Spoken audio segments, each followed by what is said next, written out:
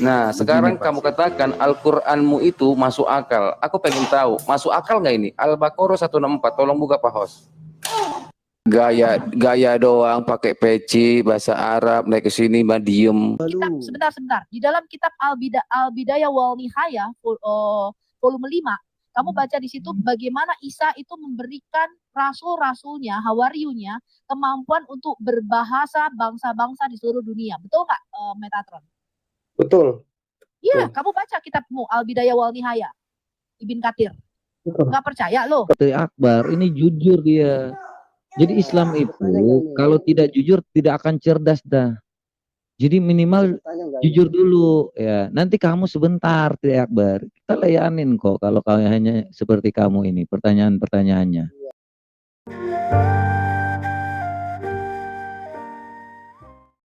Baik, Bapak Ibu, sahabat-sahabat Sema Channel, kembali lagi kita berjumpa di Sema Channel ini. Kali ini kita akan menyaksikan sebuah diskusi yang menarik ya. Salah satu polemikus Islam dibuat kebingungan di sini dengan kitab sucinya sendiri seperti itu ya. Dia dengan berlagak congornya seolah-olah dia itu paling fasih berbahasa Arab, akhirnya dipermalukan oleh apologet-apologet Kristen. Dia hanya maunya menyerang, tapi ketika dia ditanya dia bingung sendiri. Nah, itulah kelakuan seperti ya Ustadz Suma, Donitan, Ustadz Kainama, Nandar dan lain sebagainya. Mereka itu datang dengan cocok logi mereka menyampaikan bahwa nubuat Nabi mereka itu di dalam Alkitab. Lucunya mereka mengatakan Alkitab palsu, tapi mereka dengan standar gandanya. Di lain sisi mereka mengklaim bahwa ada nubuatnya di situ. Apakah kita juga boleh mengatakan itu nubuat nabimu di dalam Alkitab kami adalah nubuat palsu? Kalau menurut logika kalian seperti itu. Kenapa sih kalian membutuhkan validasi dari Alkitab untuk mendukung Al-Quran? Kurang percaya diri atau gimana ya? Nah, untuk kita mau memahami lebih lengkapnya, saya mengajak Bapak Ibu, sahabat-sahabat Semacer untuk menyaksikan, untuk menambah wawasan kita dalam beriman, sehingga kita dipertanyakan keimanan kita. Di sisi lain kita memberikan pertanggungjawaban, kita juga mempertanyakan iman mereka. Jangan hanya mereka mau bertanya, tapi ketika ditanya tidak mau menjawab, tapi menyerang terus. Nah, itu yang mereka lakukan. Kali ini polemikus Islam dibuat keok oleh apologet Kristen. Nah, mari langsung saja saya mengajak Bapak Ibu, sahabat-sahabat Sema Channel untuk menyaksikan diskusi lintas agama. Selamat menyaksikan, Tuhan Yesus memberkati. Kamu nggak ketemu Yesus, Sekarang setan dasmu, saya sembuh dari penyakit yang dokter katakan tidak bisa disembuhkan, setan. Enggak usah. Saya ketemu dengan Tuhan Yesus, dia bicara dengan saya menggunakan bahasa Indonesia, bro. Saya mau bertanya Tuhan ini, Yesus itu bisa Tuhan nggak? segala bangsa. Kamu baca Kisah Rasul 2. Kamu baca kitab ya, namanya adalah Al-Bidayah wal Nihayah. Di dalam kitab sebentar. Di dalam kitab Al-Bidayah wal Nihayah volume 5, kamu baca di situ bagaimana Isa itu memberikan rasul-rasulnya, hawariunya, kemampuan untuk berbahasa bangsa-bangsa di seluruh dunia. Betul nggak, Metatron? betul. Iya, kamu baca kitabmu Al-Bidayah wal Nihayah, Ibn Katsir. Nggak percaya loh? Termasuk pada saat peristiwa Isra Mi'raj itu, Muhammad kan ngobrol sama Isa waktu sholat tuh di Baitul Maqdis. Nah, itu pakai bahasa apa, bro?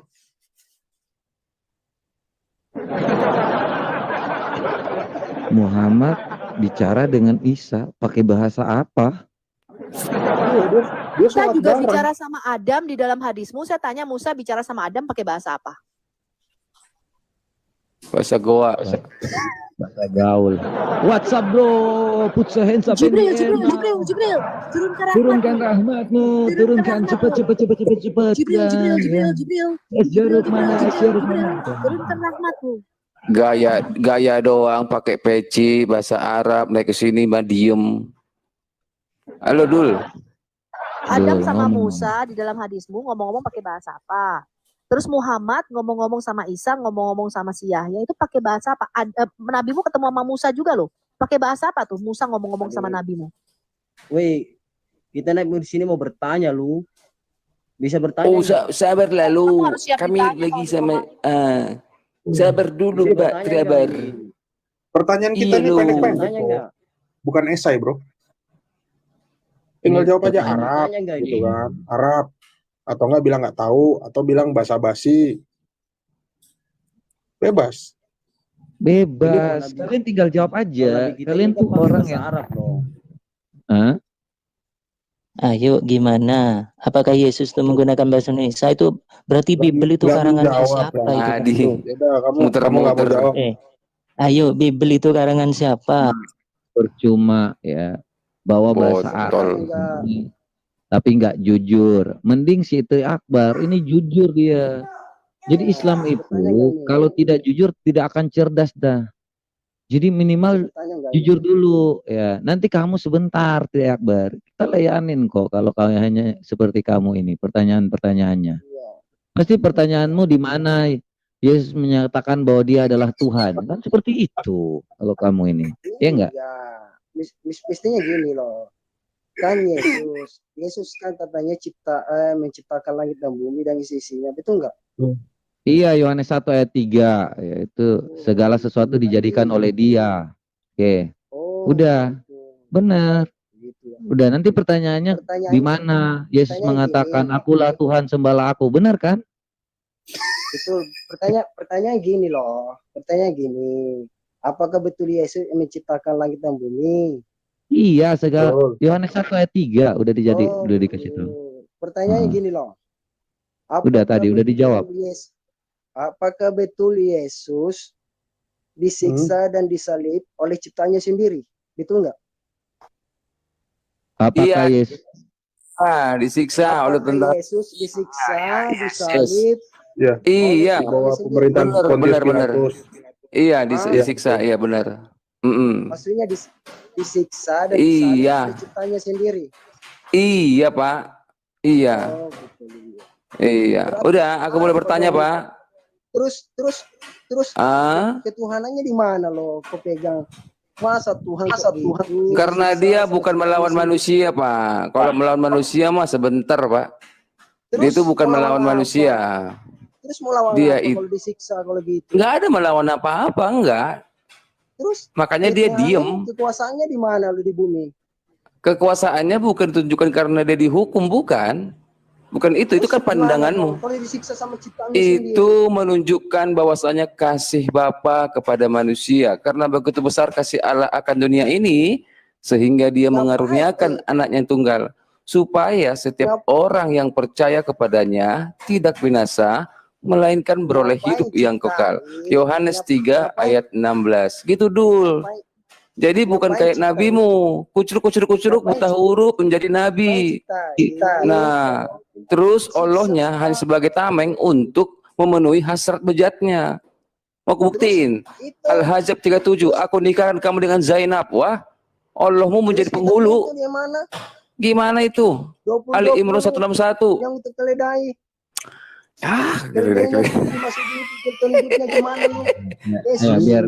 Biar dulu. Begini. Tri Akbar. Jangan loncat-loncat Tri Akbar ya. Kalau kamu ini kapasitas kamu sebentar Pak. Saya tanya sedikit aja. Pendidikan terakhir kamu apa?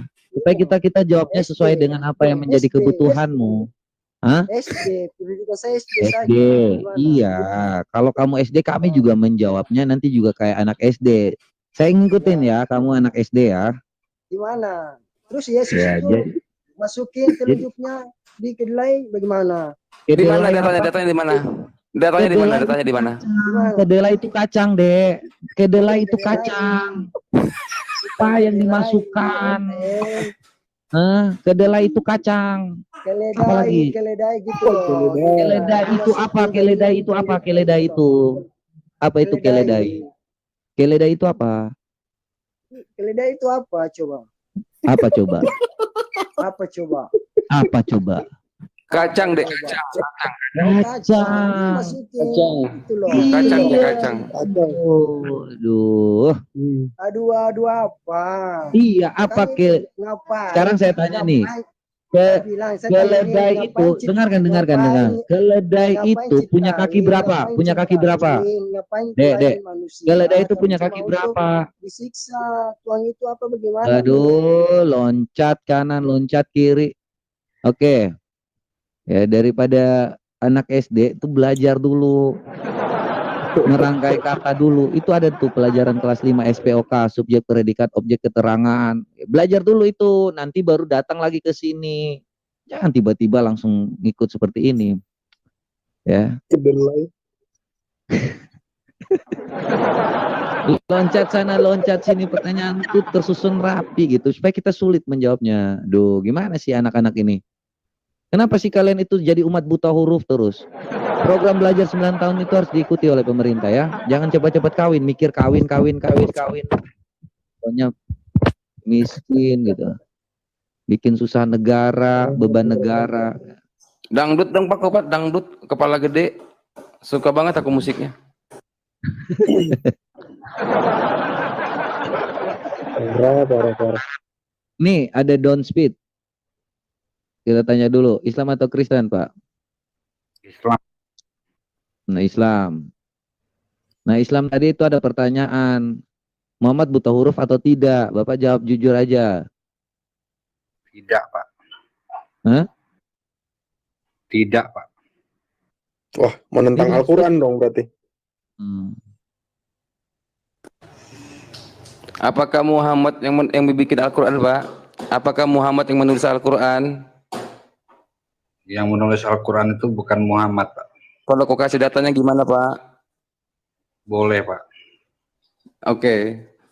Langsung aja, host. Apa gimana, host? Apa digoreng-goreng dulu, host? Nih Roni ini botol, udah tahu surganya itu, nggak ada bidadari, masih percaya Islam. Jadi slow aja sih sebenarnya. Gimana Roni ini caranya? salah satu manusia yang sebenarnya udah mengetahui tentang kebenaran, tapi masih tetap pada kebodohan, ya, kesalahan. Itu suatu kebotolan loh. Apa kalian diajarkan hanya untuk doktrin, walaupun bodoh gitu? Saya mau tanya, Pak. Kami bisa percaya dengan Alkitab, Pak? Apa sih? Ngomong. Saya bukan Roni, Pak. Saya mau tanya aja, bagaimana kami bisa percaya dengan Alkitab? Yang pertama, Alkitab itu tidak ditulis oleh satu orang, Pak, tapi dari banyak saksi. Ada lebih dari 40 penulis Alkitab kita yang berbeda zaman dan berbeda benua. Tapi pesan mereka satu, yaitu kedatangan seorang juru selamat atau seorang Mesias. Alkitab itu ditulis dalam rentang waktu, kalau Anda lihat Perjanjian Lama, itu kira-kira 1100 tahun. Itu Tanakh ya, Perjanjian Lamanya orang Yahudi. Dari mulai zaman Musa sampai Nabi Maleaki yang terakhir, itu rentang waktunya 1100 tahun. Jadi bukan seperti Quran Bapak yang tidak ada saksinya, ya hanya keluar dari mulutnya Muhammad. Tapi Alkitab itu ditulis oleh banyak saksi. Makanya di dalam Yesaya Tuhan berkata, kamulah saksi-saksiku. Bukan satu orang, Pak, banyak saksi. Kemudian kalau kita lihat span waktunya, kalau kita bandingkan Perjanjian Lama dengan Perjanjian Baru, itu kira-kira total 1500 tahun. Ditulis oleh 40 orang, generasinya beda-beda. Jadi ketika Nabi Yeremia menulis kitab Yeremia, itu Nabi Musa sudah mati, Pak. Ya, ketika misalnya zaman Nabi Daud, itu Musa sudah nggak ada. Ya, zaman Maleaki, Nabi Yeremia sudah nggak ada. Zaman para rasul, maka para nabi Maleaki semua itu sudah mati, Musa sudah mati. Tetapi pesan mereka cuma satu, yaitu mereka berbicara dalam bentuk nubuatan. Karena Allah di dalam Alkitab kita di Yesaya 49 ayat 10 sampai dengan 12 berkata begini, aku berbicara lebih dulu sebelum segala sesuatu itu terjadi. Karena Allah itu berada di dalam satu dimensi yang kita sebut dengan dimensi kekekalan di Yesaya 57 ayat 15. Dia berkata, aku tinggal di dalam dimensi kekekalan. Jadi bagi Tuhan itu nggak ada yang namanya waktu. Dan Tuhan menggunakan atributnya ini sebagai satu kelebihan ketika dia berbicara tentang masa depan. Quran Bapak itu tidak mempunyai satupun nubuatan. Saya kasih tahu Anda, di dalam Alkitab Perjanjian Lama itu ada 8.362 nubuatan. Total 350 diantaranya adalah nubuatan janji mengenai kedatangan Mesias atau Sang Goel. Jadi bagaimana kita tahu Alkitab firman Tuhan? Jawabannya adalah nubuatan yang digenapi atau fulfilled prophecy. Yang amazingnya, untuk 8 saja nubuatan digenapi di dalam diri satu pribadi, itu probabilitasnya 1/10⁻157. Artinya kalau seluruh alam semesta ini diisi pakai koin, kemudian satu koin itu ditandai, dan Anda dalam satu kali percobaan, Anda harus tepat memilih satu koin yang ditandai tadi. Itu 1/10⁻157. Ya. Untuk Yesus, Pak, bukan hanya 8 nubuatan yang dia genapi, dia menggenapi 350 nubuatan. Bahwa Mesias harus dilahirkan dari seorang perawan. Gak boleh dari pernikahan Zawaj al-Rahid seperti yang dilakukan Aminah atau pernikahan berkelompok.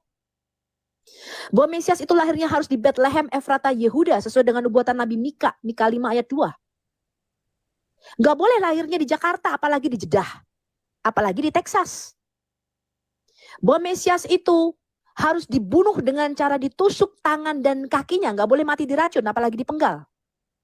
Itu sudah dinubuatkan ratusan tahun sebelum hukuman salib ditemukan di Mazmur 22.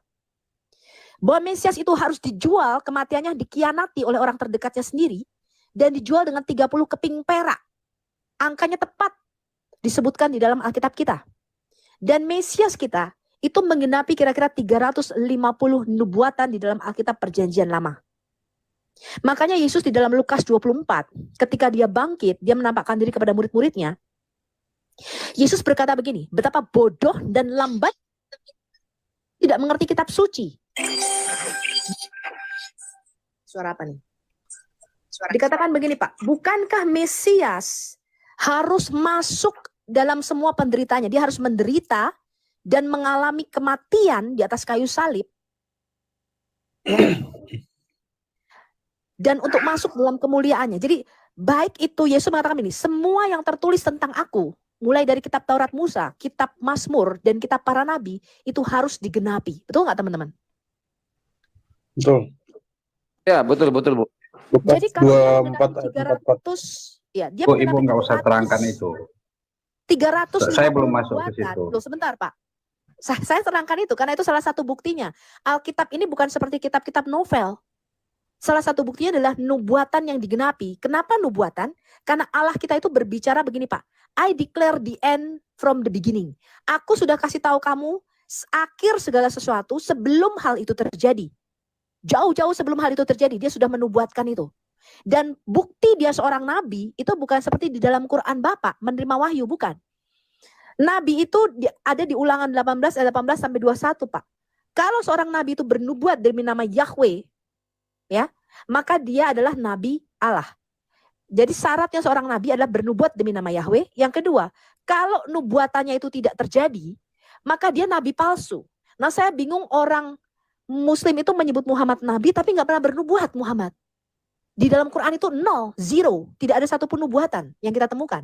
Jadi bagaimana mungkin saya bisa mengakui Muhammad sebagai seorang nabi kalau dia tidak pernah bernubuat? Nah, itu pertanyaan buat Bapak. Ya, karena kata nabi itu dari kata nubuah, dari kata navi'i, artinya desir atau pelihat. Dia melihat sesuatu yang belum terjadi, itu nabi, Pak. Nabi itu kerjanya bernubuat. Kalau seorang tidak bernubuat, tidak bisa disebut nabi. Ya apa enggak, teman-teman? Betul. Ya, benar. Ya kan katanya nevi'in, nubuatan. Ibu, saya belum masuk ke situ, Ibu. Ibu nggak usah terlalu panjang-panjang, lebar-lebar. Saya belum masuk ke situ. Percuma Ibu jelaskan. Saya cuma Ibu, Pak, kalau Anda tidak mau tahu, ya biar di bawah yang mendengar, Pak. Ya, karena itu penting. Ya. Jadi kalau Anda tidak percaya pun, kami tidak peduli. Yang penting kami memberitahukan tentang kebenaran. Ketika waktu ditanya kembali, apa sih, kenapa bisa ada nubuatan tentang Muhammad, tapi nggak pernah ada, dipaksa lagi mengambil dari Bible, sedangkan tidak pernah ada tentang nubuatan Muhammad. Jadi biar di bawah yang mendengar, itu yang memahami juga lebih baik. Daripada Anda bertanya, Anda tidak mau terima. Muslim kalau kita tanya apa itu nubuatan, mereka nggak tahu. Apa nubuatan Muhammad, mereka juga nggak ngerti, ya, karena mereka nggak tahu bahwa seorang nabi itu harus bernubuat dari kata navi'i. Gini Bu Sophie, yang saya tanyakan tadi, saya percaya dengan apa gitu loh. Yang pertama, yang kedua, sementara itu kan seperti Ibu bilang tadi, Markus, Paulus, kan itu yang tulis berdasarkan saksi, gitu loh. Dari mana kita bisa Itu gitu loh. Loh, Matius itu murid yang nulis itu saksi mata. Jadi kami itu punya atau periwayat ya seperti yang dalam Anda, tapi masalahnya adalah di dalam kalian, misalnya Abu Hurairah itu dia tidak pernah menulis dokumen apapun. Sehingga kalau kalian misalnya di dalam hadis mengatakan ini saya mendengarnya dari si A dari si B dari si C, itu nggak bisa dikonfirmasi. Tetapi kami mempunyai bukti. Misalnya contoh nih, tulisan Hippolytus. Hippolytus itu adalah muridnya Santo Irenaeus. Itu dia meninggalkan dokumen. Saya mendapatkan pengajaran ini dari Irenaeus, guru saya. Irenaeus itu meninggalkan dokumen, Pak. Saya mendapatkan ini dari Papias, guru saya. Papias itu mempunyai dokumen bahwa saya mendapatkan ini langsung dari mulutnya Rasul Yohanes. Dan Rasul Yohanes mengatakan, apa yang kami dengar dengan telinga kami lihat dengan mata kami, ya, kami sampaikan, kami tuliskan kepadamu, yang kami raba dengan tangan kami, itulah yang kami tuliskan kepadamu. Itu dikonfirmasi. Jadi mereka itu punya rantai rasuli, Pak. Coba tanya nih, Metatron ini dari Gereja Kristen Ortodok kalau nggak salah, benar nggak? Iya, betul. Itu rasul, Pak. Itu pengajaran yang diturunkan terus-menerus sampai Yohanes Damaskus. Pada abad kira-kira Yohanes Damaskus itu lahirnya 20 tahun setelah Nabi Bapak mati. Itu meninggalkan dokumen catatan bahwa pengajaran Trinitas itu ada ditinggalkan ajaran yang rasuli, yang mata rantainya itu bisa kita tracking sampai semua para rasul mengajarkan Trinitas. Makanya kalau kita mengatakan mengapa Sofiatul tidak menganut ajaran Oneness atau ajaran Unitarian, karena kita punya mata rantai pengajaran para rasul yang bisa ada tracking sampai ke para rasul ke atas. Dari dokumennya Injil Yohanes, ya, di mana di dalam Alkitab sendiri Yohanes menulis tentang Trinitas, ya, terutama 1 Yohanes 5 ayat 7 yang kemarin kita bahas dengan Pastor Cipto, yaitu Koma Johanium. Itu ada, Pak, di dalam Alkitab kita, pengajarannya Trinitas, doktrinnya. Dan juga doktrin-doktrin para rasul yang kita sebut bapak-bapak gereja, itu meninggalkan doktrin yang kita sebut dengan Trinitas, walaupun mereka tidak menggunakan bahasa Trinitas pada waktu itu. Tapi itu tersirat ya di dalam Alkitab kita dan di dalam pengajaran bapak-bapak gereja. Itu mata rantainya kita telusuri sampai ke saksi mata. Sanatnya, periwayatnya itu, Pak. Dan periwayatnya itu bukan saya mendengar, Hippolytus mendengar dari Irenaeus mendengar dari Papias, bukan begitu. Mereka meninggalkan catatan dokumen dari mana pengajaran itu mereka peroleh. Mata rantainya itu bisa kita tracking. Gitu loh, Pak. Ya, jadi bapak-bapak gereja kami itu nggak buta huruf. Mereka bisa menulis. Nah, sedangkan di dalam Islam, kalau kita compare hadis Anda itu baru ada 280 tahun setelah Nabi Anda mati. Dan hadis Anda itu diproduksi lebih banyak pada zaman Khalifah Abbasiyah. Ya. Anda tidak punya dokumen asli tulisan tangan Imam Bukhari dan Imam Muslim. Sanad perawinya itu tidak bisa kita tracking. Ya, karena mereka tidak meninggalkan catatan dokumen bahwa saya benar-benar mendapatkan hadis ini dari ini, saya mendengar ini dari. Itu nggak bisa. Abu Hurairah dan Aisyah tidak meninggalkan catatan itu. Itu hanya dengar-dengaran aja. Sehingga kalau kita bandingkan dengan hadis Anda, maka secara sejarawan atau akademis, Alkitab jauh lebih bisa dipercayai dibandingkan hadis-hadis Anda. Kan Begini, Quran Anda itu tidak meninggalkan manuskrip asli. Kalau saya tanya sekarang, mana manuskrip asli Quran? Nggak ada. Ya, gimana Pak? Mau merespon apa? Begini Bu Sophie, kalau Ibu masih mengatakan hadis, mau menyamakan hadis dengan Al-Quran, ya seperti Ibu sampaikan barusan tadi, itu hal yang konyol saya kira. Hal yang paling botol saya kira. Sama. Karena begini, Bu. Sebentar saya tanya, hadis dan Al-Quran itu tidak Bapak samakan? Sebentar Bu Alia. Sebentar. Hadis itu kan ucapan, tulisan manusia. Gitu. Oke, mengapa iman Anda, oke saya tanya. Sebentar. Iman Islam bergantung kepada Quran dan hadis. Sebentar. Hal yang paling konyol saya kira. Quran dan hadis. Boleh nggak Anda menolak hadis? Sebentar. Saya menolak hadis. Yang bertentangan saya menolak hadis. Begini. Nggak bisa Anda menolak hadis. Anda bukan Islam. Begini Bu. Hadis itu bisa saja palsu. Bisa aja ditulis. Begini Bu Hayat. Ibu dengarkan. Oke, saya tanya, bagaimana Anda memisahkan yang palsu dengan yang asli? Apa kriterianya? Begini. Saya kasih Anda contoh. Begini, sebentar. Sebentar, Bu Hayat. Dari tadi Ibu bicara, saya diam. Dari tadi Ketika Ibu kita bicara saya diam. memisahkan, sebentar, saya kasih tahu Dari Anda. tadi saya Anda bicara mengatakan Ibu hadis diam. itu asli dan palsu. Saya kasih tahu Anda, bagaimana caranya orang Kristen membedakan kitab itu asli dan palsu. Kenapa kita tahu Injil Filipus, Injil Thomas itu palsu? Karena pertama kita punya kriteria, Pak. Mereka tidak ditulis pada zaman apostolik atau pada zaman para saksi mata masih hidup. Makanya kitab Wahyu adalah kitab terakhir yang dimasukkan dalam kanon. Kitab sesudah itu kita nggak yakin. Makanya itu tidak dimasukkan di dalam kanon Alkitab kita. Karena ditulis ketika saksi mata sudah nggak ada. Ditulis pada abad ketiga, abad keempat, yang mana itu dokumen-dokumen palsu yang tidak bisa kita percaya, tidak bisa kita verifikasi kebenarannya. Pertanyaan saya sekarang, bagaimana Anda membedakan hadis palsu dan hadis asli? Apa kriteria Anda? Baik, saya akan jawab Ibu. Begini Ibu, pertama ya, kalau Ibu mau menyamakan hadis dan Al-Quran itu hal yang konyol, ya, hal yang botol. Begini Ibu, jika hadis itu masih bisa dipalsukan, tetapi ayat suci Al-Quran itu tidak akan mungkin bisa dipalsukan. Kenapa seperti itu? Karena ribuan orang itu menghafal Al-Quran. Jadi hal yang mustahil untuk dipalsukan. Tanya, apakah Bapak dan hafal itu Al-Quran? tidak mungkin untuk dipalsukan. Sebentar, Sebentar Ibu. Saya dari tadi diam. Saya dari tadi diam. Jadi nggak usah jauh-jauh Pak. Bapak hafal Al-Quran? Ya. Bapak Hafal nggak? Al-Quran apa enggak? Saya 5 tahun debat sama Muslim, tidak ada satupun orang yang menghafal Al-Quran. hafal Al-Quran, Bu. Saya tidak hafal Al-Quran. Nah, Saya sudah. tidak hafal Al-Quran. Tetapi pada kenyataan banyak yang menghafal Al-Quran. Saya gitu. 5 tahun debat sama, cari tak sini Pak, bawa ke sini orangnya. Bawa. 5 tahun debat sama Muslim, nggak ada satupun yang hafal Quran, gitu loh masalahnya. Pak Don Bawa Speed, ke sini, kalau Pak, temenmu yang hafal kalau Quran. kamu Bawa ke mengatakan sini. Al-Quran itu ya lewat penghafalan, ya ternyata Bapak kalau tahu sejarah Quranmu itu sudah dibakar sama Utsman bin Affan, Pak. Ya, tanpa ada komando dari Jibril, tanpa ada wahyu dari Allah, Utsman membakar itu semua yang pada zamannya itu nggak ada lagi, Pak. Yang aslinya nggak ada lagi.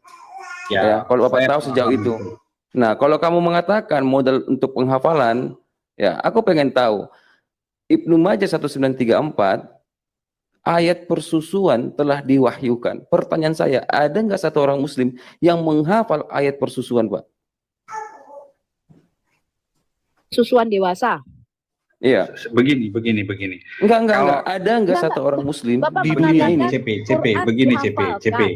Bapak buktikan, ada nggak yang menghafal ayat rajam dan ayat persusuan dewasa? Coba Bapak buktikan. Silakan Pak Don Speed. Iya. Bapak membuat satu statement, Bapak harus bisa buktikan. Begini Bu Sophia, tadi yang pertama kita biar cepat kelar. Gitu. Kalau Ibu menyamakan hadis, kan seperti itu. Menyamakan hadis, mensetarakan hadis dengan Al-Quran, itu hal yang mustahil. Itu poin pertama. Quran itu adalah kalau hadis Ibu yang terbaik, bilang, Bapak sebentar Ibu. Kalau Ibu Quran bilang, itu juga hadis, Pak. Quran itu punya periwayat atau perawi. Sanadnya ada. bodoh banget. Yang Bodoh Bapak banget pakai Bu sekarang Sophie. itu Quran adalah itu bukan versi hadis. hafalan Imam Hafs Quran dari itu Asy'ari. bukan hadis. Oh ya, saya buktikan ayatnya ya Pak ya. Saya buktikan ayatnya. Bagaimana saya bisa begini Bu Sophie ya? Bapak Gini, lupa gini. ya, Allah mau mengatakan Al-Quran. Bagaimana mungkin Ibu Quran mengatakan itu adalah hadis kitab hadis. dengan Al-Quran? Botol sekali Bu. Allah mau mengatakan Al-Quran itu adalah kitab hadis terbaik. Bapak nggak tahu ya?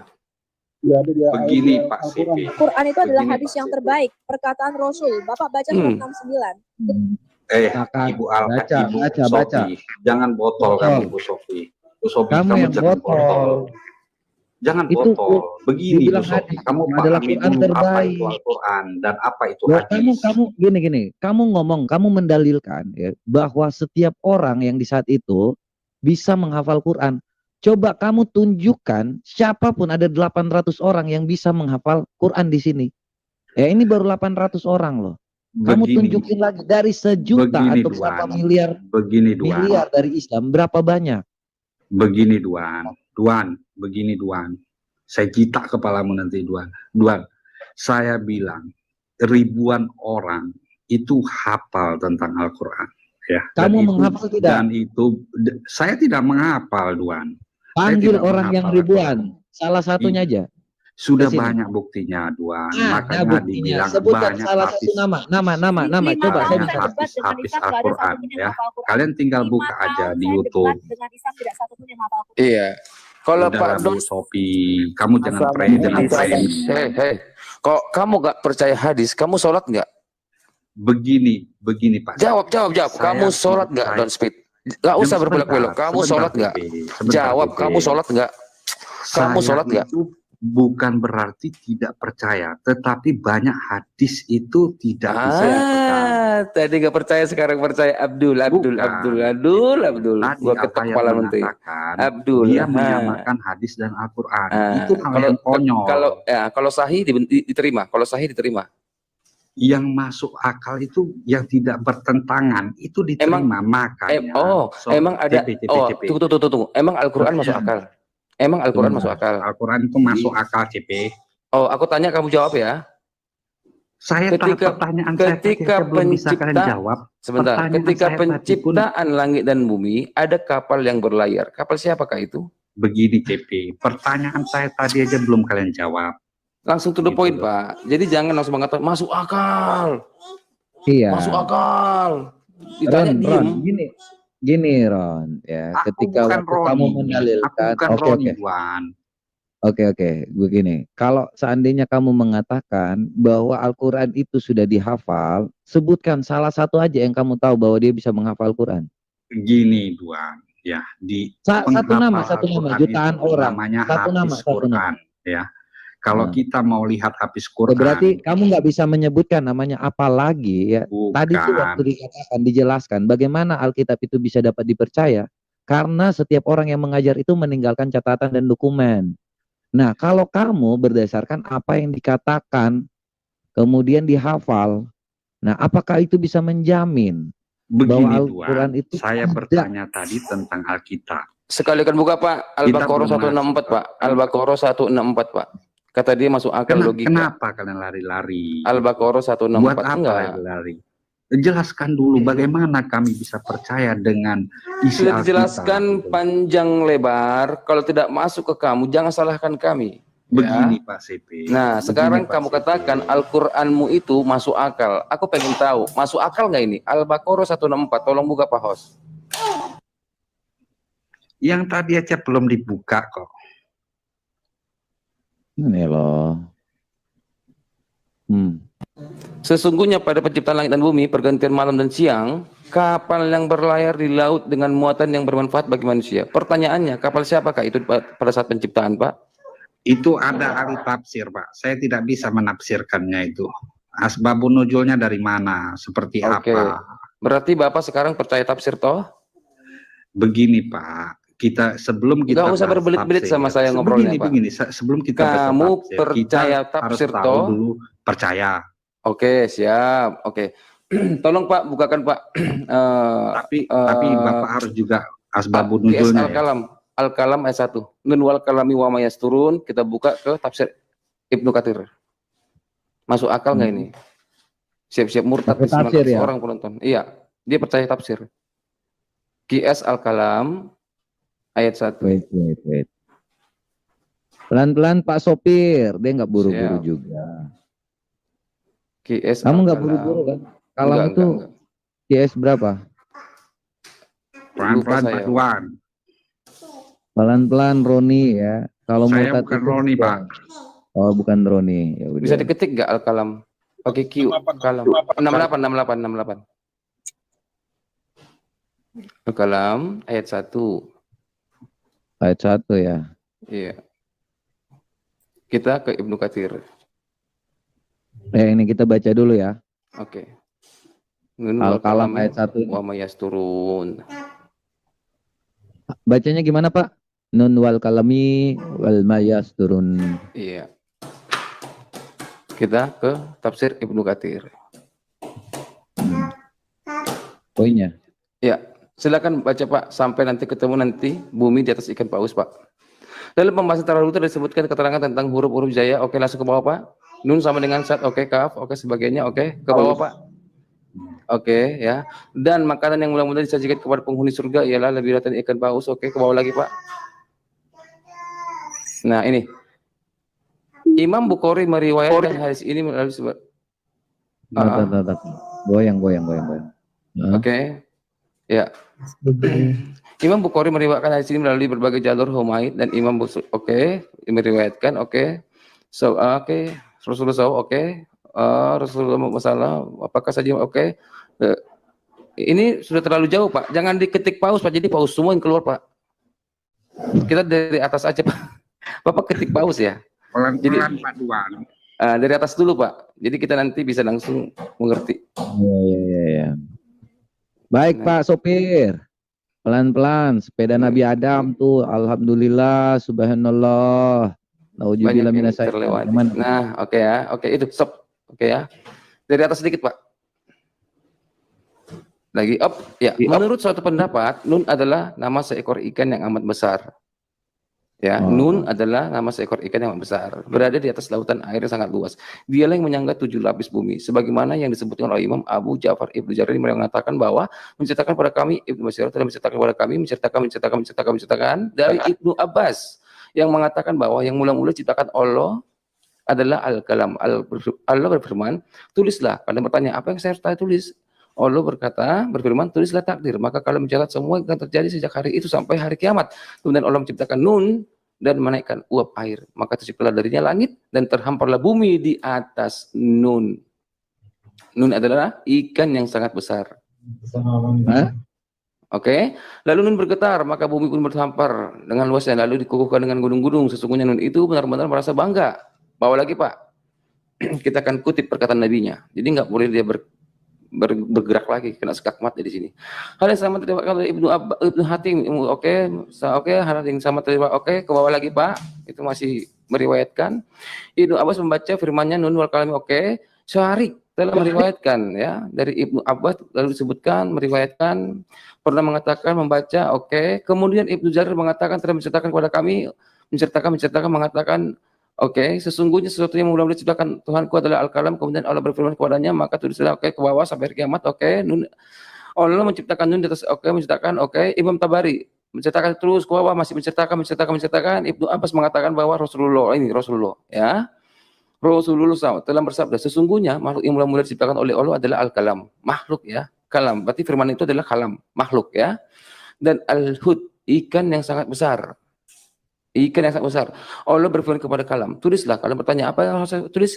Allah berfirman, segala sesuatu yang akan terjadi sampai hari kiamat. Kemudian Nabi membaca firman-Nya, Nun, demi kalam dan apa yang mereka tulis. Ya, Nun adalah ikan yang sangat besar, sedangkan Al-Kalam adalah kalam atau pena.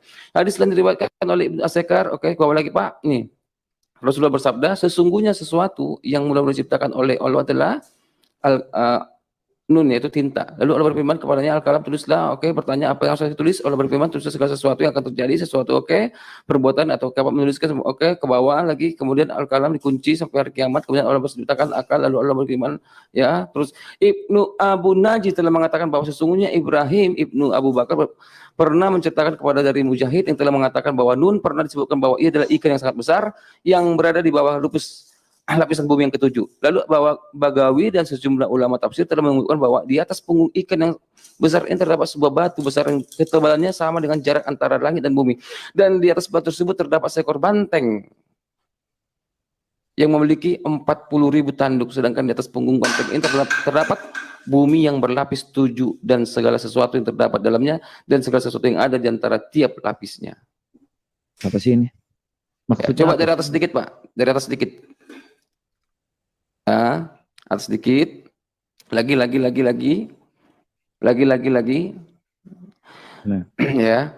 Ibnu Abu Najih telah mengatakan bahwa sesungguhnya Ibrahim Ibnu Abu Bakar pernah menceritakan kepada Nari Mujahid yang telah mengatakan bahwa Nun pernah disebutkan bahwa ia adalah ikan yang amat besar. Ingat, Nun adalah ikan yang amat besar yang berada di bawah lapisan bumi yang ketujuh. Al-Bagawi dan sejumlah ulama tafsir telah menyebutkan bahwa di atas punggung ikan yang besar ini terdapat sebuah batu. Di atas punggung ikan terdapat sebuah batu yang ketebalannya sama dengan jarak antara langit dan bumi. Dan di atas batu tersebut, dan di atas batu besar itu terdapat seekor banteng. Gimana pendapat Pak Don Speed mengenai hadis ini? Tafsir. Tafsir ini silakan. Bumi berada di atas ikan paus dan ada bantengnya, Pak. Kalau Apa ini? tafsir itu, kalau tafsir seperti itu saya nggak paham, Pak. Saya nggak paham. Dan Kenapa menolak? Nah, saya tidak. Jawaban Anda. Saya tidak menolak, Pak. Saya tidak menolak. Tapi saya tidak paham ini. Saya tidak menolak. Enak sekali jawaban Anda begitu. Berarti inilah agama Bapak. Ya, Bapak nggak tahu apa-apa, Pak. Inilah cerminan Muslim sejati ya. Ya, jadi inilah keyakinan yang Anda. Bapak tanyakan apa di sini? Kenapa? Oh, sekarang begini. Apakah bumi yang kita injak ini berada di atas ikan paus sekarang, Pak? Ini udah tafsir loh. Yang pasti itu, yang pasti tidak. Tapi berarti Nabi adalah Pak. Nabi Begini, mengatakan, Pak Duan, ini kan tafsir. Ini kan tafsir. kamu salahkan Nabi Seperti itu. Bukan Nabi saya menafsir salahkan. ini. Saya tidak salahkan karena tafsir itu banyak, Pak. Berarti Tafsir salah itu tafsir. banyak. Berarti Nabi salah tafsir. Tidak, saya kira tidak salah. Berarti benar dong kita berada di atas ikan paus ini sekarang. Enggak, kita cari dulu asbabun nuzulnya dari mana itu. Seperti itu. Kita ke asbabun nuzul. Iya, karena begini Pak CP, hal yang mustahil itu, hal yang mustahil kita bumi kita, iya, hal yang mustahil bumi kita itu di atas ikan paus seperti itu, Mustahil, tetapi nabimu yang menafsir demikian. Apakah nabimu salah tafsir? Ini bukan nabi yang menafsirkan. Oke, buka Pak, nabi tadi Pak, Muhammad tadi di atas Pak. Rasulullah bersabda tadi. Iya. Gimana sih? Coba tarik ke atas Pak Kopat. Carikan Nabi Sallallahu Alaihi Wasallam bersabda tadi. Itu hadis Pak Profesor. Ini kalau tafsir, nabi bukan hadis. Nabi bersabda itu hadis Pak. Carikan nabinya yang itu yang menafsir tadi. Ketik aja Rasulullah, Bang. Rasulullah. Tadi dia bersabda. Tuh, bersabda tuh. Ya. Rasulullah bersabda, sesungguhnya sesuatu yang mula-mula diciptakan oleh Allah adalah al-kalam, kemudian Allah menciptakan nun, itu tinta, itu Allah berfirman kepada al-kalam, tulislah. Al-kalam bertanya ke bawah Pak. Ya, berlengkap semua. Tulislah. Al-kalam bertanya, apa yang harus aku tulis?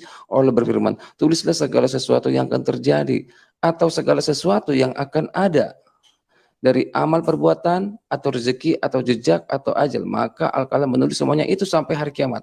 Itulah yang dimaksud oleh firman Allah SWT, nun demi kalam dan apa yang mereka tuliskan. Kemudian al-kalam dikunci, maka ia tidak berbicara sampai hari kiamat. Kemudian Allah menciptakan akal, lalu Allah berfirman, demi keagunganku sungguh aku benar-benar akan menyempurnakan terhadap orang yang aku sukai. Sungguh aku benar-benar akan, ke bawah lagi Pak. Jangan terlalu dibaca semuanya, dia juga mengguramimu terhadap orang yang aku murkai. Ibnu Abu Naji yang mengatakan bahwa sesungguhnya udah itu ngapain dibaca lagi itu? Itu kan udah jelas tadi itu. Tadi jelas kan, ini Nabi bersabda kan. Ya, kalau masalah itu tadi kan siapa yang bilang itu, yang di apa ya? Enggak, coba dibawa ke bawah aja, ke bawah. Itu kan bukan perkataan Nabi. Yang ikan paus tadi, bukan yang ikan paus di bumi ini di punggung ikan paus itu kan bukan perkataan Nabi. Sesungguhnya sesuatu yang benar-benar diciptakan oleh Allah adalah al-kalam, kemudian Allah menciptakan nun. Jadi itu cinta. Tenang. Gemang-gemas ya. Sebentar, karena dia tidak mengerti bahwa yang dikari kamu bilang bahwa ini perkataan Nabi tentang ikan paus. Iya, tetapi tidak dikatakan di bukan situ. Perkataan Muhammad. Iya, tetapi tidak dikatakan di situ bahwa bumi ini di atas ikan paus. Dari tadi kan sudah dijelaskan bahwa ini bersabda, sesungguhnya. Iya, Duan. Ya, tapi kan? Nabi itu tidak berkata di situ, tidak ada yang mengatakan bahwa bumi ini di atas punggung ikan paus. Jadi nasabdanya ini. Coba kamu cari di situ perkataan siapa tadi? Mana? Oke. Mana yang perkataan Nabi, mana yang bukan perkataan Muhammad? Yang bukan perkataan Nabi, yang di punggung ikan paus. Bumi di punggung ikan paus itu bukan perkataan Nabi. Itu perkataan siapa? Cobalah tadi, perkataan siapa tadi? Coba. Saya ada baca tadi itu. Saya ada baca. Coba ke bawah terus, Duan. Ke bawah terus. Udah kok geser ke bawah. Itu bukan perkataan Mana? Nabi tadi itu. Coba ke bawah.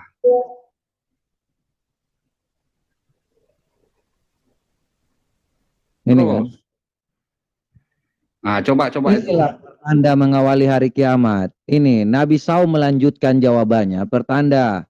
Ini kan paus loh. Iya, itu benar ikan paus. Tetapi bumi ini tidak di atas punggung ikan paus. Itu Tadi bukan kamu perkataan mengatakan Nabi. bahwa yang mengatakan ikan paus itu bukanlah Muhammad. Ini Duan, kau simak, kau dengar bahasaku, Duan. kau ini tidak jujur. Bukan tidak jujur, Duan begini. Terus apa Bumi, lagi kalau memang bumi, gini? Tadi bumi. ini kan melanjutkan, makanya dapat kesimpulannya kepada surga ialah lebihannya Iya, hati ikan paus. Iya, paham saya tuh Duan. Tetapi begini permasalahannya Duan. Bumi ini tidak di atas punggung ikan paus. Itu bukan perkataan Nabi. Kalau kamu mau baca tadi, geser ke bawah. Jujur aja geser ke bawah. Ada nggak Nabi mengatakan bahwa bumi ini di atas punggung ikan paus? Nah, itu tadi Imam Bukhari. Mana?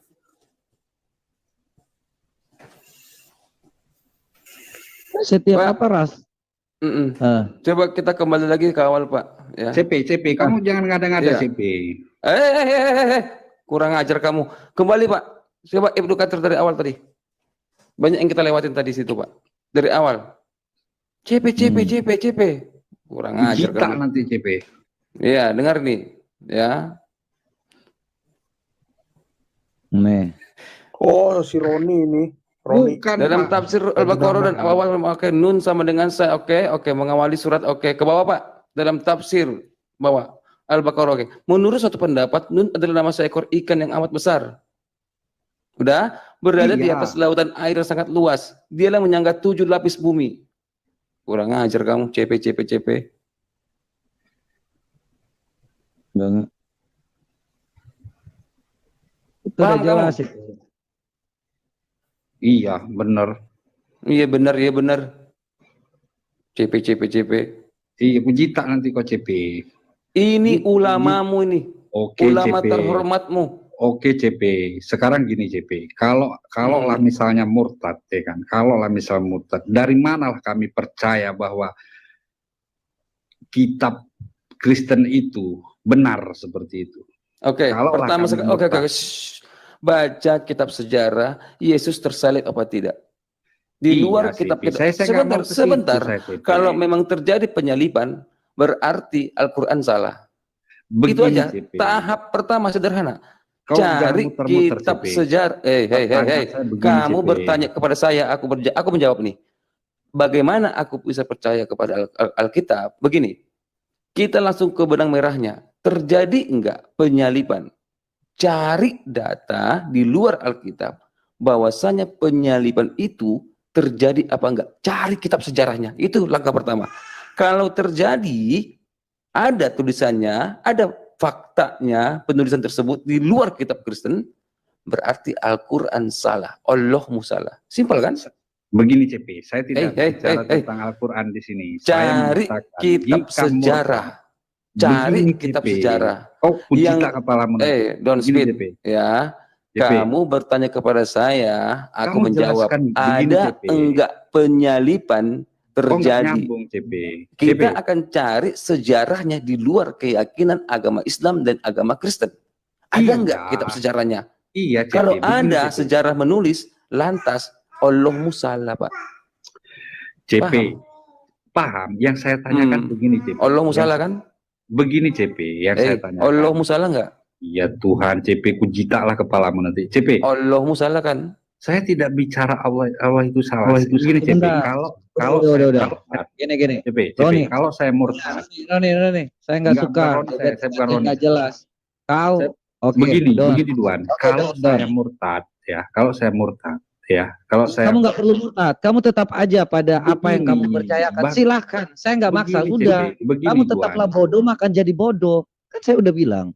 Kalau kamu masih tetap pada kepercayaan kebodohanmu ini, yang mengajarkan suatu hal yang bodoh, ya ngapain saya harus memaksa Anda murtad.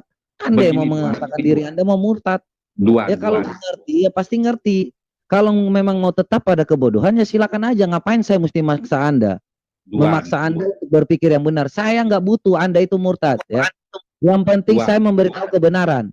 Iya. Kalau kami di sini memberitahu kebenaran, itu yang terbaik. Jika tidak, kalian saya sudah. Terus apa? Harus saya paksa.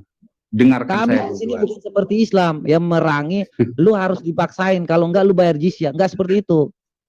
Ya. Jadi kami di sini bukan untuk seperti itu. Ngapain ente? Mau percaya atau enggak? Kami memberitakan keselamatan kok, kebenaran kok. Firman Tuhan itu ya dan amin kok. Kami enggak memasang pedang di leher Anda. Jika Anda tidak menerima, maka Anda harus membayar jizyah. Enggak seperti itu. jadi itu ya. Ya, saya ngasih tahu Anda supaya kita jangan debat kusir. Anda percaya kepada Allah Anda yang sekarat ini, yang sedang dalam masa inkubasinya, ya, yang sedang dalam bagaimana membuat kejujuran ini, menutup kebenaran yang ada. Silahkan, itu bukan urusan kami. Silahkan bela Muhammad Anda, ya. Buat teman-teman di bawah pun yang mendengar, itu yang menjadikan apa yang menjadi pemahaman mereka. Terus saya harus memaksa Anda untuk murtad? Enggak. Bukan. Dari tadi mengatakan bahwa kalau saya murtad, kalau saya murtad, pintar Pak. Ya, Kristen itu sedikit tapi berkualitas. Iya, kau dengar lu Duan ya. Kau dengar lu bagus-bagus Duan ya. Kau dengar ya. Jadi bagaimana orang di luar Kristen itu percaya dengan Alkitab? Itu aja sih sebenarnya. Saya kira dari tadi sudah dijelaskan ya oleh Bu Sofiatul ya, bahwa segala sesuatu itu mempunyai dokumen ketika ada pengajaran-pengajarannya ya. Iya, dari mana tercatat ya. Kenapa? Kenapa? Gini. Pembandingnya seperti ini, so. Jika ada alat pembuktinya ya, maka dari bukti surat, kemudian dari para saksi ya. Itu bawa bukti bahwa Alkitab itu turun-temurun tidak ada yang dirubah dibandingkan Al-Quran kalian yang katanya dari hafalan, tapi kalau kamu ditanya sebutkan salah satu hafiz Quran yang ternama yang bisa dibawa ke sini, dan pembuktian kalau kita bertanya kepada dia benar nggak dia bisa menjawab, kita kasih 100 juta lah. Itu kan tinggal hal-hal seperti itu yang kita buktikan aja. Hafalan apa? Apalagi masih di masa seperti itu bisa menghafal. Tidak mungkin, ente jangan bohong seperti ini. Ya. Gita kepala. Bukan gita, bukan tentang masalah itu. Kamu masih mau percaya kepada suatu hal yang namanya kebodohan, silakan saja. Bukan. Dari mana kami bisa tahu bahwa itu memang pernah dituliskan gitu loh. Nah, kamu ini makanya kamu nggak ngerti secara arkeologi, sejarah, histori, faktualnya seperti apa. Malah saya ngomong dengan Anda ya, yang bertanya tentang suatu hal, ketika Anda tidak mau belajar, Anda hanya bertentangan ketika waktu Anda mendapatkan doktrin. Justru ini sedang belajar. Justru ini sedang belajar. Maksudnya begini loh, ini ya tulisan Markus. Ini dari sini, ini dari sini. Kamu kasihlah referensinya. Jangan kamu dari tadi ngomong ini. Kamu kasih referensi. Hanya dengar ketika waktu gitu dijelaskan tadi ya. Begitu cepat, kamu itu makanya nggak mau menerima ketika orang lagi menjelaskan, kamu mengatakan bahwa oh saya nggak sampai di sini, saya nggak sampai di sini dulu, saya belum sampai. Lo tadi yang dijelaskan Ibu Sofi itu sangat jelas tuh dokumen-dokumennya. Nah terus kenapa kamu masih tanya lagi? Sini pala, sini, biar sadar. Yang saya maksud tuh seperti ini, Tuan. Jadi ini diceritakan sama ini buktinya. Nah seperti itu loh, bukan ngomong kesana kemari gitu loh, Pak. Ya, kalau Anda ingin menguji Alkitab, ini sudah ribuan tahun telah diuji ya. Bukan baru hari ini. Hari ini ya, ini sekarang tentang Islam. Islam ini baru diuji sekarang, Pak. Kalau Alkitab itu sudah banyak dikritik ya, sejak tahun 500-an itu sudah banyak dikritik. Islam saat ini ya, baru mendapatkan suatu musibah besar ketika ada internet, karena selama ini disembunyikan. Makanya kalian hanya mau cari remisnya saja. Mau cari remis terus. Nggak seperti itu. Kita ini sudah mendapatkan banyak kritikan. Makanya kami siap ketika dikritik. Ketika Al-Quran itu dikritik di zaman era digital modern ini, memang sulit. Hanya bisa mencari remis. Ya. Coba kamu lihat saja bagaimana Indonesia ini begitu panik Islam-Islamnya. Ya. Kalau memang kamu merasa bahwa Al-Quran itu benar, ya silakan aja. Ngapain kita harus terlalu mengupayakan Anda harus percaya dengan apa yang menjadi perkataan? Silakan cari pembuktiannya sendiri. Ya. Zaman era batu tulis kalian boleh menyembunyikan, oh Al-Quran tetap terjaga hari ini, ya tetap terjaga sampai dari perkataan Muhammad sampai saat ini. Tapi kenapa kalian itu sulit untuk membuktikan? Justru hanya bisa main lapor kanan, lapor kiri. Ketika diomongin tentang ini, wah ini 156A, 282, 281 ayat 2, aduh. Kan seperti itu, Pak. Nah, jadi kalau memang benar, kenapa nggak mau diuji? Ya. Turunlah aku, pusing Iya. aku. Apa-apa, Pak? Sebelum kubuka lebih pedas lagi, Pak. Enggak, kau tuh nggak pedas-pedas sekali, CP. Kau aja nggak bisa. Bukakan dulu Al-Arab 172, Pak. Udah nggak usah kau masuk Al-Quran, masuk ke Ibnu Katsir. Enggak. Aku bukain semua Quran-Quranmu. Kamu katakan Al-Quran itu masuk akal. Enggak ada masuk akal di sini. Enggak ada logika di sini, Pak. Supaya paham kami tentang Injil. Dengar Al-Arab 172, bagaimana manusia itu dari tulang sulbi. Ketika kita baca tafsiran si Muhammad, dia mengatakan Allah mengusap punggung Adam. Dari Adam keluar keturunan. Lalu mereka membuat analogi, bukan analogiku, bukan analogimu. Di tafsir itu ada analoginya. Bagaimana turunnya keturunan Adam seperti ketombe yang disisir dari kepala. Iya. Kamu nggak tahu itu. Bukain, Pak. Biar mereka tahu. Al-Arab 172, tafsirat Ibnu Katsir. Kau buka aja Injil tuh ketik sama ketombe, kami. Pak. Langsung keluar itu, Pak. Al-Arab. Al-Arab 172. Gak usah kau buka, Duan. Kau buka aja Injil tuh. Enggak, ini 847 penonton. Barangkali ada Islam di bawah ini yang lagi goyang. Langsung putus sekalian hubungan dengan Islam. Biar Bapak tahu, Pak. Bapak bilang tadi, oh itu masuk akal, masuk akal. Ini Nabi mulai ngomong loh. Oh, enggak, ini iya. Begini, Pak. Al-Quran itu masuk akal, gitu loh. Bagaimana? Karena nggak ada gitu loh. Nih, Gurunda Musizuma, aku tanya. Ini kisah ini terjadi di alam roh. Masa Adam di alam roh? Abdul, Gurunda Musizuma masuk ke akun Ibu Riris. Kok bisa loh Juma Gurundaku? Kok bisa kok ngomong sebentar, dasar kok ngomong Juma itu Gurundaku dari mana? Gurundaku dia katanya singa debaters. Megatron. Singa debaters. Megatron Gurundaku. Oh, ya, silakan ngomong kau. Lagi buka ketombe nggak, Pak? Buka di ketombe dulu, Pak. Ya, ini membuktikan Alkitab tadi. Oh, Alkitab tadi. Nah, itu baru Pak Megatron, jangan kayak CP itu sama Duan. Kita kan bisa buka nih salah satu contoh simple dari literatur Judaism yang memang mereka nggak percaya dengan Yesus. Tapi kalian bisa buka di sini nanti. Ya, di Sefaria kalian buka di Second Temple. Second Temple ini ada buku abad pertama ya, buku abad pertama. Ini namanya The Antiquities of Jews. Sebentar, saya tulis dulu. Sebentar Pak Megatron ya. Sebentar, ini aku tunjukin, sabar. Iya, saya tulis dulu. Iya, biar pelan-pelan. Dia lagi menulis. Sebentar aja Pak, saya ambil pulpen sama buku. Ya, biar dia mau cari tahu, Pak. Tulis catat yang benar, jangan lagi nanti ngomong ulang lagi nanti ku jita kepala kau ya. Duan kau botol kau Duan. Pusing aku ngadepin kau. Hari datang di sini mengadu nggak tahu ini belum murtad juga botol kau ini. Screenshot aja, Pak. Screenshot. Kau saya tulis screenshot aja cepat. Tuh, ya benar. Screenshot aja. Nah, terus. Besar katanya bikin botol. Ya. Duan kau botol kau pusing aku. Sefaria. Banyak beda. Sefaria.com. Ini punya orang Yahudi ya. Iya, Sefaria.com terus. Yang nggak percaya dengan Yesus. Iya. Ini semua kitab-kitab mereka bisa diakses di sini. Nanti buka di Second Temple paling bawah. Second Temple terus. Ya. Second Temple terus nanti cari ada buku yang abad 1 namanya The Antiquities of Jews. Ya, lihat nih.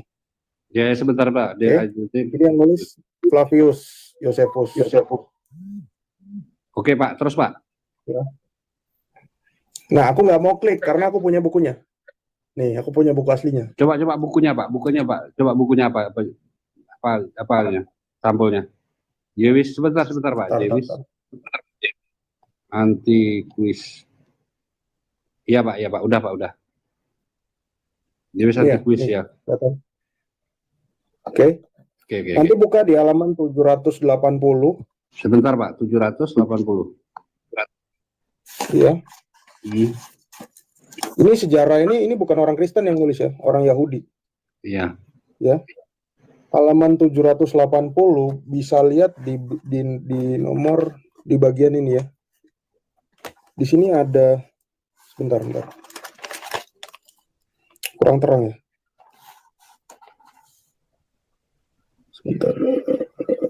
Sebentar.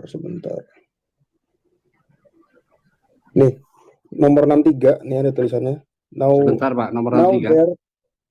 Ya, 780 nomor 63 Pak ya. Ya, di sini ada 63. Ya. Now there was about this time Jesus a wise man. If it be lawful to call him a man, for he was doer a wonderful work. Jadi dia orang yang bijak dan dia melakukan sesuatu pekerjaan yang baik. Dan dia disebut juga sebagai guru ya, teacher. Iya. Kelihatan nggak sih? Nah, pada saat itu, ini zamannya Pilatus, ya, ini di 64.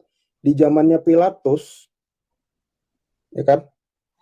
Dia dijatuhi hukuman, had condemned him to the cross. Dia dijatuhi hukuman salib. Lihat ya. Kelihatan nggak sih? Bentar.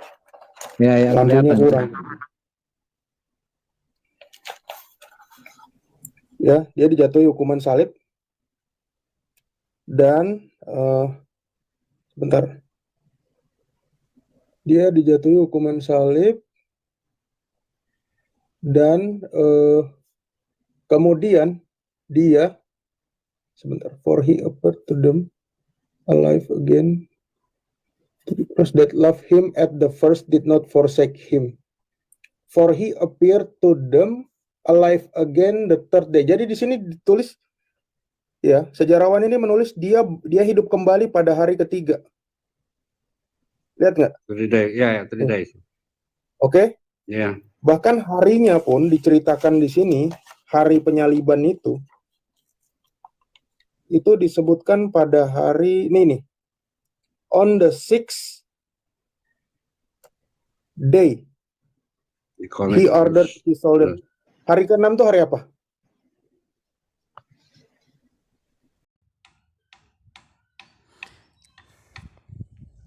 Baik Bapak Ibu, sahabat-sahabat Sema Channel, itulah kesaksian yang boleh kita saksikan. Seperti biasa saya akan mengajak Bapak Ibu, sahabat-sahabat Sema Channel untuk belajar bersama-sama kebenaran firman Tuhan. Kali ini kita akan belajar bersama-sama di dalam Injil Lukas pasal yang ke-13 ayat 1 hingga ayat yang ke-5. 5 ayat kita akan baca dan merenungkan sama-sama. Dosa dan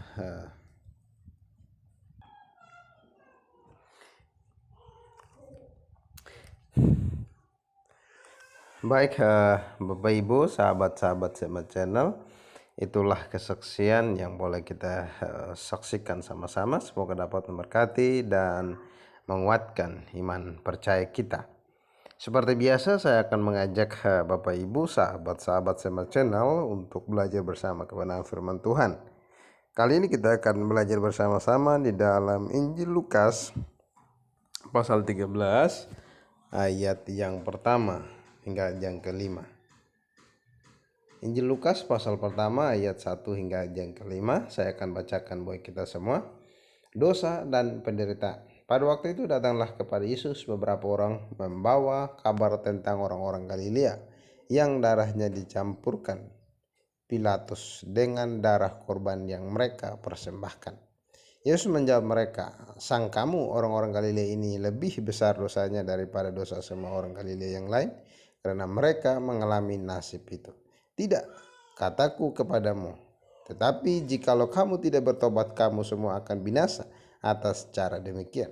Atau sangkamu ke-18 orang yang mati ditimpa menara dekat Siloam lebih besar kesalahannya daripada kesalahan semua orang lain yang diam di Yerusalem? Tidak, kataku kepadamu, tetapi jikalau kamu tidak bertobat, kamu semua akan binasa atas cara demikian. Baik, demikian pembacaan kita, Bapak Ibu, sahabat-sahabat Sema Channel. Di sini kita bisa melihat ini adalah kesempatan kesekian kali Tuhan Yesus diperhadapkan dengan pandangan umum orang Yahudi bahwa orang Yahudi mati dalam suatu bencana pasti disebabkan oleh dosanya yang besar. Kita akan melihat respon Yesus terhadap beberapa peristiwa. Pertama, tentang pembantaian yang dilakukan oleh Pilatus kepada orang Galilea saat mereka akan mempersembahkan korban. Itu yang pertama. Respon Yesus mengisyaratkan dengan jelas bahwa orang mati dibantai belum tentu karena dosanya yang besar. Yang kedua, peristiwa kedua adalah orang-orang yang mati tertimpa menara Siloam. Yesus memberikan respon yang sama mengenai dosa mereka. Menarik untuk diperhatikan adalah respon Yesus yang diulang sampai 2 kali pada ayat 3 dan yang kelima. Di sana kita bisa baca bahwa tidak kataku kepadamu, tetapi jikalau kamu tidak bertobat, kamu semua akan binasa atas cara demikian. Ayat yang ke-13, tidak kataku kepadamu, tetapi jikalau kamu tidak bertobat, kamu semua akan binasa cara demikian. Penekanan utamanya adalah pertobatan. Dosa tidak akan menentukan cara kematian seseorang, tetapi dosa akan menentukan apa yang terjadi setelah kematiannya. Pertobatanlah yang akan menjadi kunci utama. Jika seorang tidak bertobat dalam hidupnya, maka ini tidak akan masuk ke dalam kerajaan Allah. Maka ia tidak akan masuk ke dalam kerajaan Allah kalau tidak bertobat. Melalui perumpamaan tentang pohon ara, Tuhan Yesus menjelaskan bahwa kesempatan untuk bertobat masih diberikan. Pohon ara yang tumbuh selama 3 tahun ternyata tidak menghasilkan apa-apa. Permintaan untuk menebang pohon tersebut menunjukkan batas kesabaran si pemilik kebun yang telah menanti selama 3 tahun. Namun pengurus kebun masih memohon kepada tuannya untuk bersabar menanti pohon tersebut berbuah. Penggunaan kata mungkin di ayat yang ke-9 menunjukkan harapan dan kesempatan lagi. Dia ini menunjukkan pentingnya pertobatan. Mari kita bertanya pada diri sendiri, sudahkah kita bertobat? Kristus masih memberikan kesempatan kepada kita untuk bertobat, yang mungkin merupakan kesempatan kesekian kali yang diberikan kepada kita. Oleh karena itu jangan tunda lagi, sebab jika kita masih menutup rapat pintu hati kita untuk bertobat, maka mungkin Tuhan akan mencampakkan kita ke dalam api.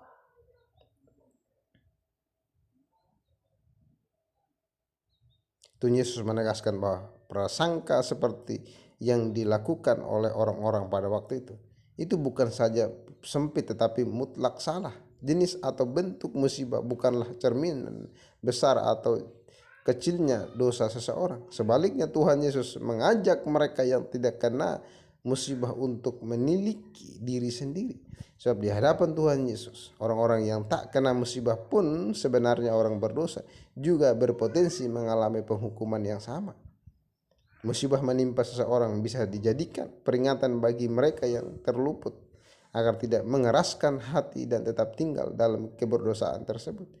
Maka yang terpenting bukanlah membanding-bandingkan diri sendiri dengan orang yang mengalami musibah, tetapi meresponnya dengan memeriksa diri dan bila perlu bertobat. Gunakan kesempatan yang masih ada untuk segera bertobat, karena belum tentu kesempatan itu terulang. Pikirkanlah kesempatan terakhir yang diberikan kepada pohon ara. Itulah lukisan yang tepat mengenai kesempatan yang diberikan Allah kepada manusia untuk segera bertobat. Seluruh waktu yang masih diberikan sesungguhnya merupakan kesempatan yang terakhir. Tidak akan ditambah lagi. Ini adalah demonstrasi kebesaran Allah yang paling akhir. Setelah itu pun kesempatan akan ditutup selama-lamanya. Oleh karena itu jangan tertunda saat Roh Kudus menegur kita lewat musibah orang lain. Jangan keraskan hati melainkan responlah kesabaran hatinya dengan bertobat. Sekarang, bukan nanti. Jadi di sini kita melihat bahwa sebuah hukuman pasti setimpal. Kadang kita menganggap kalau seorang mati secara tidak wajar, pastilah itu dikarenakan semasa hidup ia jahat. Padahal asumsi seperti itu menyesatkan. Bagaimana cara kematian seseorang tidak berhubungan dengan baik jahatnya kehidupan orang tersebut? Apakah beberapa misionaris mati dibunuh bahkan dimakan oleh suku yang dilayani, atau yang teraniaya sampai mati oleh para fanatik agama tertentu itu orang-orang jahat? Apakah mereka itu orang-orang jahat? Bagi mereka menderita dan mati bagi Kristus merupakan kehormatan baik dari Allah. Yesus menegaskan bahwa orang yang mengeraskan hati untuk tidak bertobat akan mengalami kematian yang mengerikan. Tentu yang dimaksud Yesus bukan cara kematian secara fisik. Kengerian kematian seseorang yang tidak bertobat ialah penderitaan kekal yang harus dihadapi orang tersebut. Intinya, Yesus mengingatkan kita bahwa hukuman Allah adil. Penolakan akan anugerah Tuhan membuat seorang hidup di luar anugerah. Jadi hidup di luar anugerah berarti tertutupnya jalan kehidupan. Betapa mengerikan. Yesus memakai ilustrasi untuk menegaskan maksudnya. Pemilik kebun anggur tentu tidak mengharapkan pohon arah tumbuh di dalamnya. Bagaimanapun panen buah anggur lebih berharga daripada panen buah arah. Jadi bagi pohon arah diberikan tumbuh di kebun anggur dan mendapat perhatian ekstra merupakan anugerah. Akan tetapi kalau pada akhirnya pohon arah itu tidak menghasilkan apa-apa, bukanlah hal itu sangat keterlaluan? Apa gunanya lagi selain dipotong dan dibuang? Tidak seorang pun layak di hadapan Tuhan. Anda dengan saya sama-sama orang berdosa yang pantas mati masuk neraka. Namun ibarat pohon arah, kita mendapat anugerah dan kesempatan untuk menghasilkan buah. Hal itu dimulai dengan bertobat dan menghasilkan buah pertobatan. Pertanyaannya bagi kita, sudahkah kita bertobat dan menghasilkan buah pertobatan? Ingat, jangan sampai hukum Allah setimpal menimpa kita. Jadi di sini kita melihat bahwa bukan fenomena tetapi buah. Apa yang menjadi tanda meyakinkan bahwa seorang itu milik Tuhan adalah gaya hidup atau buahnya. Yesus menegur orang banyak yang menyangka asal sudah menampilkan gaya hidup saleh, hidupnya pun sudah saleh. Ia menyebut mereka orang munafik yang hanya tahu membedakan musim tetapi tidak mengerti kebenaran, apalagi mengerti kalau kebenaran itu sudah diselewengkan. Yesus menegur kemunafikan mereka lebih lanjut dengan menunjukkan betapa mereka tidak memiliki kebenaran. Perlunya pemerintah ikut mengadili, membuktikan bahwa mereka tidak memiliki kebenaran. Ada lagi orang yang berpendapat bahwa orang yang mati karena korban kekerasan pastilah bukan orang benar. Yesus menjawab bahwa bukan cara kematian yang membuktikan seorang berdosa atau tidak. Setiap orang yang tetap tinggal di dalam dosa akan mengalami hukuman kematian. Rangkaian pengajaran ini ditutup dengan perumpamaan pohon arah yang sudah dipelihara namun tidak kunjung berbuah. Maka pohon itu memang pantas untuk ditebang. Perumpamaan ini menyimpulkan pentingnya menghasilkan buah dan bukan sekedar performa. Renungkan. Orang bisa menampilkan diri sebagai orang benar, saleh, tetapi buah-buah perbuatanlah yang pada akhirnya membuktikan siapa dia.